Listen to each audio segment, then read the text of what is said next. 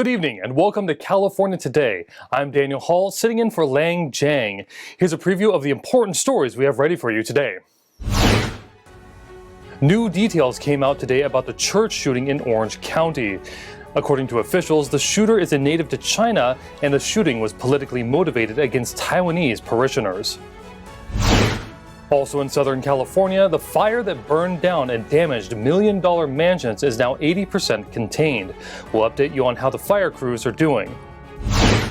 And Governor Gavin Newsom's budget blueprint came out with a lot of new proposals. We'll take a look at several of the new changes coming to the state.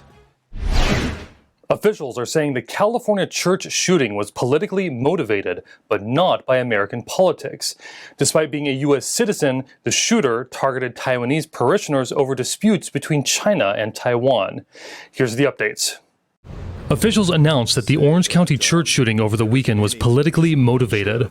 The suspect, 68-year-old David Wenwei Zhou, was reportedly upset about the relationship between Taiwan and his home country of China. We do know that based on information we've collected, and I'm not going to go into the details of that evidence, was a politically motivated hate incident, a grievance that this individual had between himself and the Taiwanese community at large. Sheriff's deputies booked Zhou into the Orange County Jail on 1 felony murder count and 5 felony counts of attempted murder. He is a Chinese-born U.S. citizen with experience as a security guard.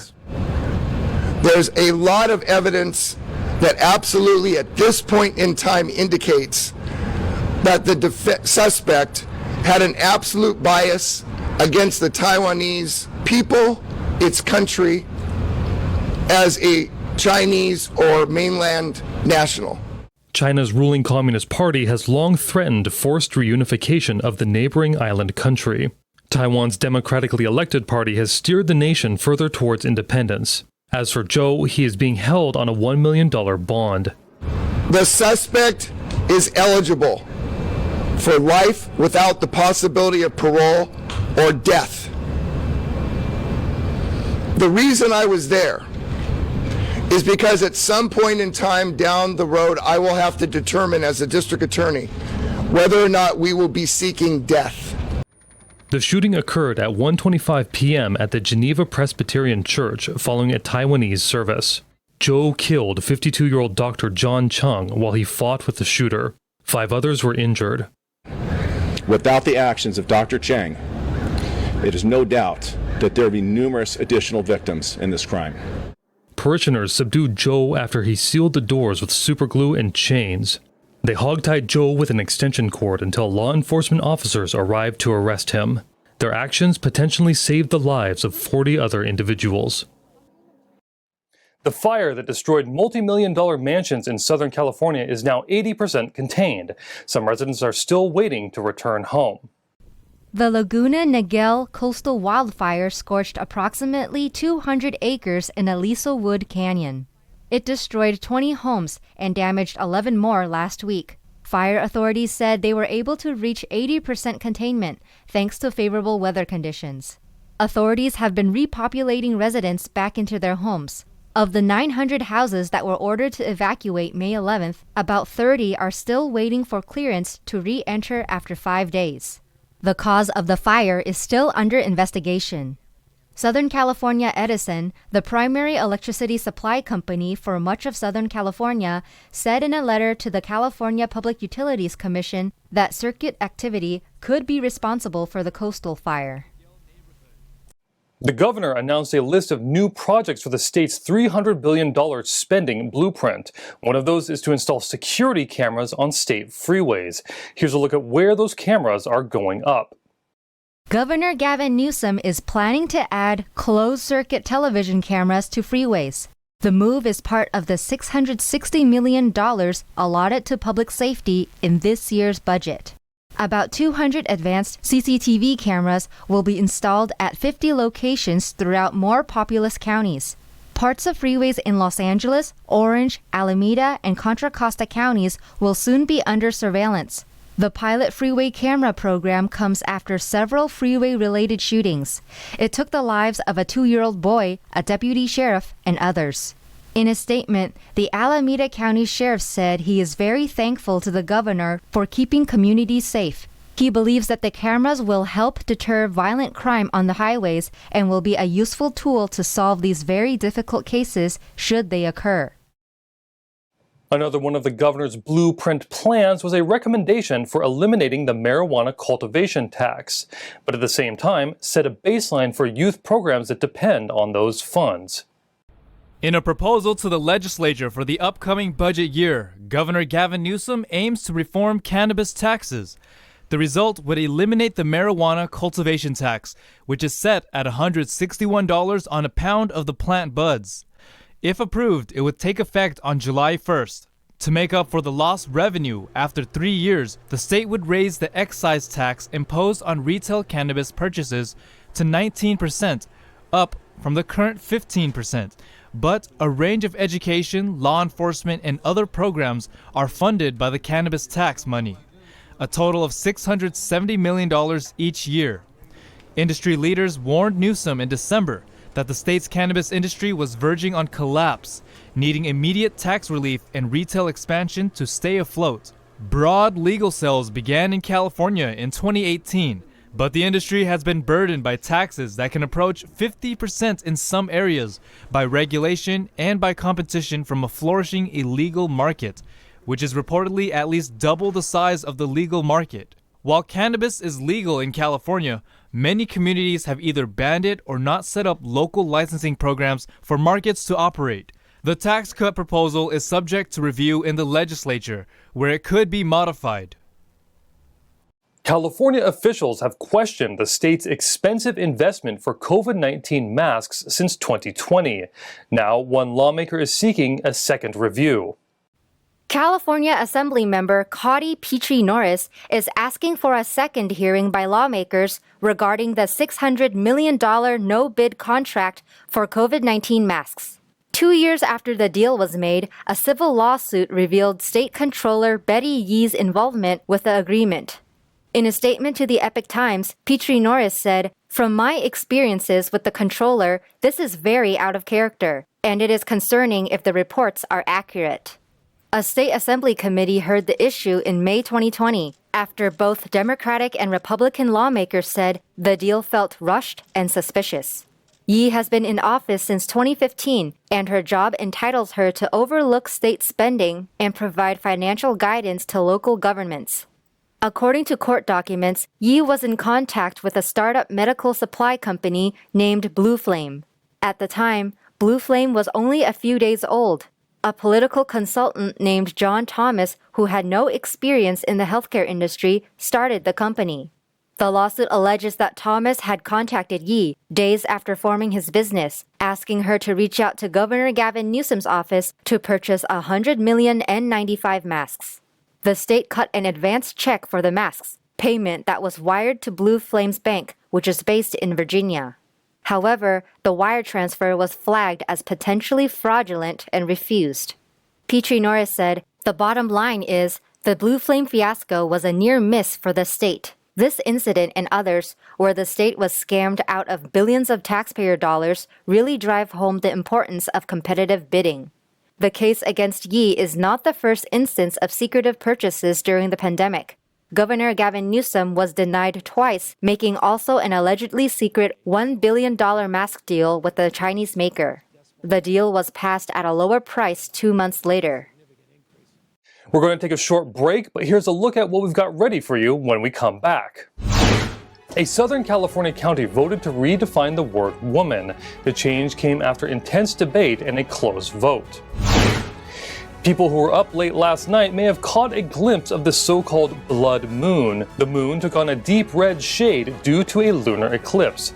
We'll have the images if you didn't get to see it yourself. And hundreds of people joined together in San Francisco to make human calligraphy. The group was celebrating the anniversary of a meditation practice being introduced to the world. That and more on California Today.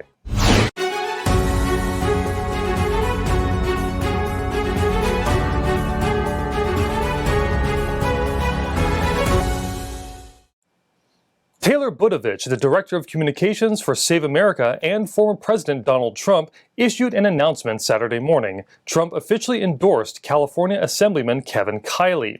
Kiley is running for Congress in Congressional District 3 in this year's election.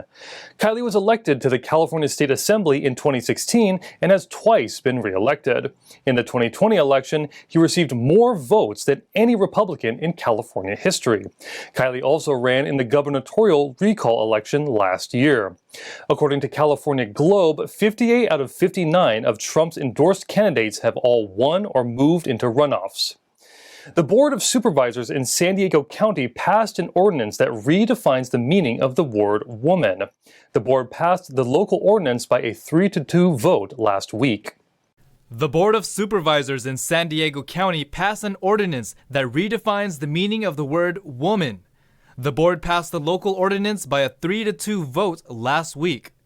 The ordinance is based on the United Nations Women's Bill of Rights, but adds a transgender and non-binary language to achieve full equality and equity.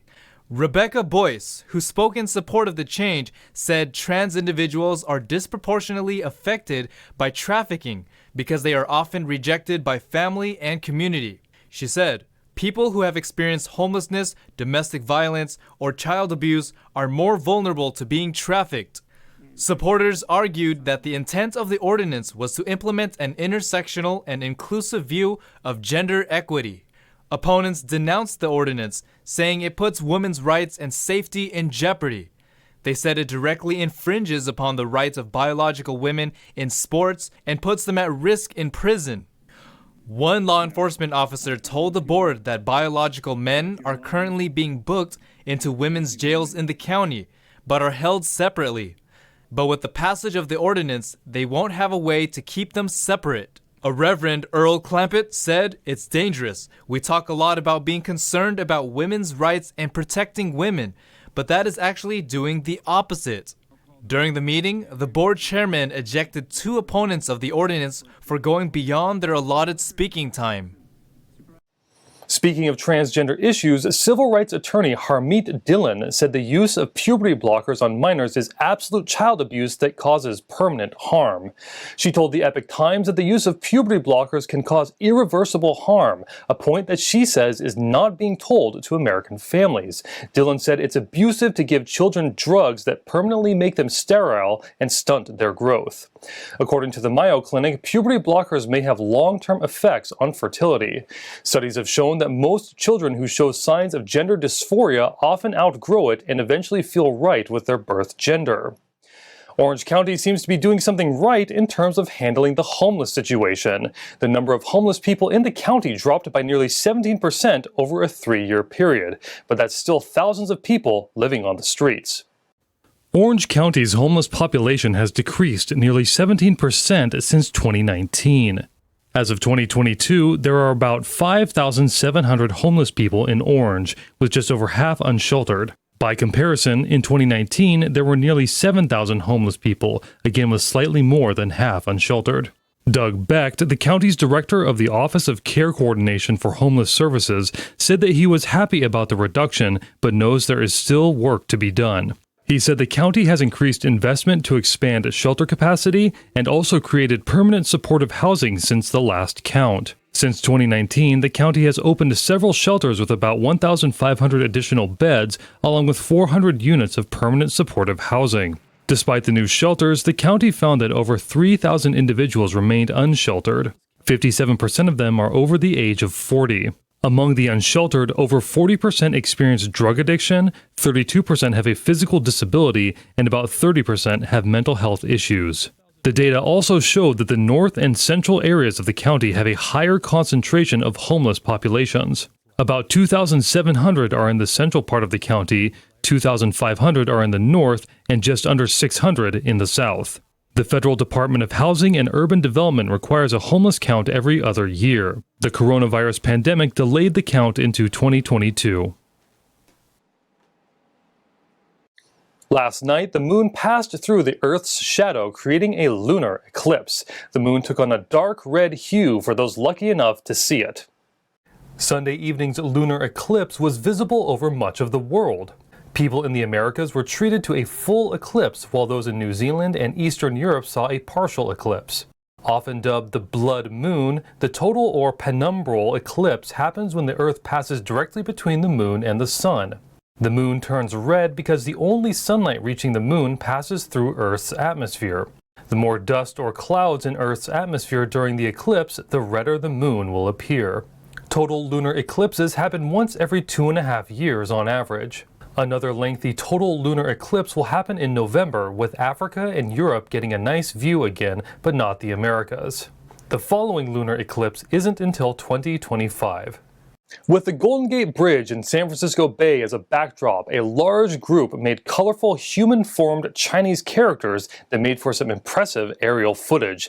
NTD's Jason Blair has more. Here in the Presidio of San Francisco, about 400 Falun Dafa practitioners are making a large group formation of Chinese characters for an aerial photograph. When seen from above, the color-coordinated group forms into 8 Chinese characters. The words say, "The Great Way spreading in the world for 30 years." The message refers to the practice of Falun Dafa, translated as the Great Way of the Law Wheel. Especially today, we are celebrating the 30 years of these Falun Dafas been spreading out all over the world, and we are doing this character setting. I feel like really honored to be here. World Falun Dafa Day is on May 13th and is celebrated by practitioners of the meditation discipline as the day when the practice was first introduced to the public. This year is the 30th anniversary, and the Bay Area celebration started in San Francisco on May 7th with a parade and continued on Saturday with a character formation. Falun Dafa is a practice, it's a spiritual practice of the mind and the body. We follow 3 principles of truthfulness, compassion, and forbearance. And there's also 5 very gentle exercises that we do on a daily basis, and a book we read called 转法轮. It's a very high level of Qigong practice. They tell you the very easy way or very effective way to improve health, also cultivate your kind of like a moral standard. It's taught me to be more truthful with what I do and compassionate with others. Tanya Alva, a practitioner from Katati, said the practice helped stop her migraines, back pain, as well as some ongoing issues she was having with her ears. I had very bad ear infections, and I think I was going deaf. It felt like I was going deaf. And so I noticed that the left ear cleared up in 3 months, and then the right ear cleared up in 6 months. I learned to be more patient with my siblings, and it really just made me a better person. The practice was first introduced in China, where it spread very quickly by word of mouth until an estimated 100 million people were practicing. Then in 1999, the ruling Communist Party banned the peaceful practice, beginning a large-scale persecution that continues to this day. Practitioners like us in China who are being persecuted horrifically by the Chinese Communist Party. Falun Dafa practitioners take part in events like these to spread awareness of the discipline and to tell people about the Chinese Communist Party's abuse of practitioners in China. Jason Blair, NTD News, San Francisco. Now to NTD's Thomas Christian for your sports update.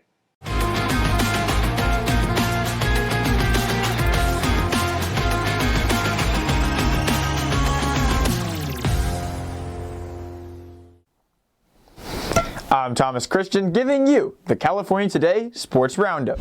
Phil Mickelson said on Friday that he will not defend his PGA Championship title after having stepped away from the game in February amid fallout from comments he made regarding a Saudi-backed golf league. Had kept golf fans guessing about whether he would be at Southern Hills Country Club next week, but the speculation ended with the PGA of America confirming he would not be in Tulsa, Oklahoma. Mickelson's public image took a hit when the author of an unauthorized biography on the 6-time major champion said the golfer told him he was willing to look past Saudi Arabia's human rights record to gain leverage with the PGA Tour. Saudi Arabia's government has denied accusation of human rights abuses, and Mickelson later apologized for the comments, which he claimed were off the record, and then said he planned to take time away from the sport. Mickelson became golf's oldest major champion at last year's PGA Championship when, less than a month shy of turning 51, he held off Brooks Koepka and Louis Oosthuizen to triumph by 2 shots at Kiawah Island's Ocean Course. Last month, Mickelson filed for a release from the PGA Tour to play in the inaugural LIV Golf Invitational event to be held on June 9 through 11 near London, and also registered for the PGA Championship and June 16 through 19 US Open. The PGA Tour on Tuesday rejected requests from several players, including Mickelson, for clearance to play the LIV opener. Now taking you to the latest out of a weekend of baseball. Nick Castellanos hit a 2-run double in the 10th inning and drove in 3 runs as visiting Philadelphia outlasted Los Angeles. Bryce Harper had a home run among his 3 hits, Bryson Stott had 3 RBIs, and Kyle Schwarber added a home run as Philadelphia improved to 4-1 on a 7-game West Coast road trip that began with a series in Seattle. Justin Turner hit a 2-run homer in the 9th inning for the Dodgers to send the game into extra innings, with Turner driving in 4 runs. Chris Taylor also homered, and Austin Barnes had 3 hits for Los Angeles, which has lost consecutive games for the first time this season. Phillies 12, Dodgers 10 in 10 innings. Ha-Seong Kim hit a 3-run homer to help visiting San Diego rally past Atlanta in the opener of a 3-game series. The Braves scored 4 times in the 6th inning to take a 6-4 lead, but Kim belted a 2-0 fastball from reliever Will Smith in the 7th to put the Padres back on top. San Diego put it away with 4 runs in the 9th, 3 of those coming on a pinch hit double by Trent Grisham. The winning pitcher was Luis Garcia, who tossed 1 scoreless inning. Taylor Rogers got 4 outs for his 13th save. Smith took the loss after yielding 3 runs in his lone inning. Padres 11, Braves 6. Mike Yastrzemski, Evan Longoria, and Kurt Casale drove in 2 runs each as visiting San Francisco routed St. Louis for its 6th straight victory. Giants starting pitcher Logan Webb allowed 1 run on 3 hits and 3 walks in 6 innings. He struck out 1. Jordan Hicks gave up 3 runs on 3 hits and 2 walks with 3 strikeouts in 5 innings as the Cardinals lost for the 5th time in 6 games. Paul Goldschmidt drove in both Cardinals runs with an RBI grounder and a solo homer, while extending his on-base streak to 20 games. Cardinals 2, Giants 8. And that's all for sports. That's all for tonight. You can join us again on California Today every weekday at 8:30 p.m. If you have any tips or suggestions for our show, or if you got some news leads for us, send us an email at california.today@ntd.com. I'm Daniel Hall, sitting in for Liang Jiang. Have a wonderful evening.